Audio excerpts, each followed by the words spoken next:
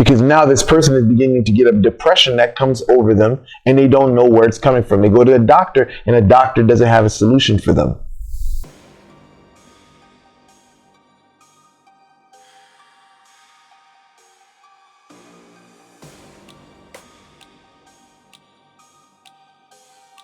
In Catholicism, what people refer to as an intranquil spirit in that tradition is pretty much a anima sola, a lonely soul, a soul that is lost in a purgatory.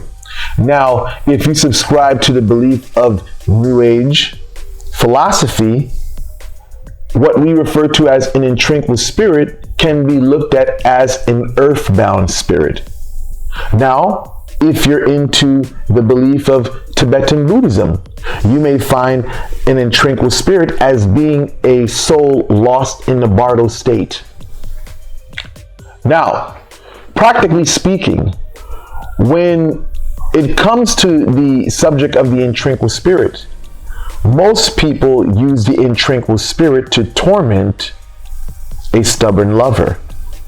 And at times you do find people that summon that spirit to avenge them.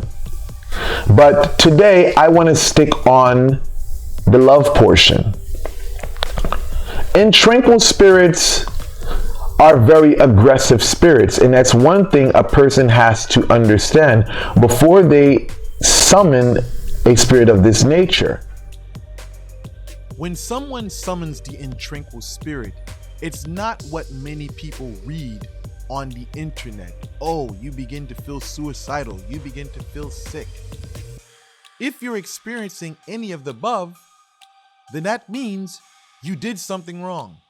The ritual is backfiring on you. Now, when you do this correctly, what you see is that the person that you've done the work on begins to suffer greatly.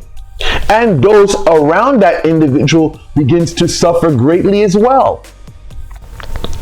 Anything from lacerations, accidents, violence, suicide, all the above.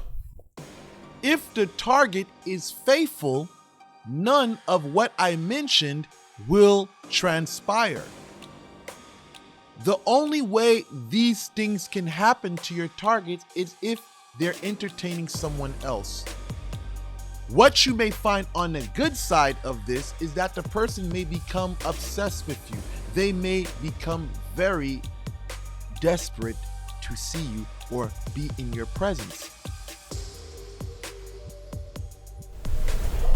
What happens in a situation like this?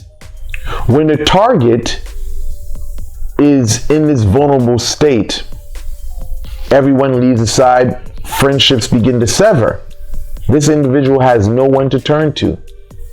Now, I usually say there must be caution when utilizing this spirit, because there must be a connection between A and B. You being A and your target being B.